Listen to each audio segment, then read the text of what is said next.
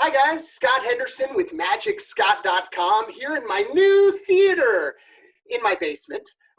As you know, a lot of businesses are adapting, and my business of Magic Scott is still doing shows. And what's fun about this is I've been practicing adapting the show where it's personalized with people on Zoom. So I know kids are still having birthdays, and why not have a magician do something like this. We can do visual things like this, where coins multiply, or we can do things. Oh, sorry, I think there's another coin here somewhere.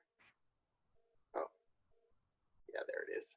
All right, so you can do things like this, and it's very visual. What's different about this is it feels like you have a front row seat. In fact, everybody via Zoom will be able to do this, and you can see all their faces in Zoom as well. So instead of sitting in the back of the theater, now you're in the front. It's like you're actually standing on stage.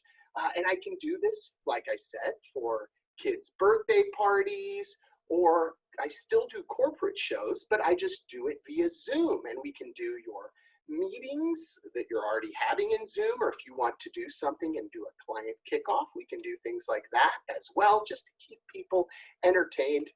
So give me a call, MagicScott.com, 913-219-7804 if you want to shoot me a text. Good to see you guys. Bye.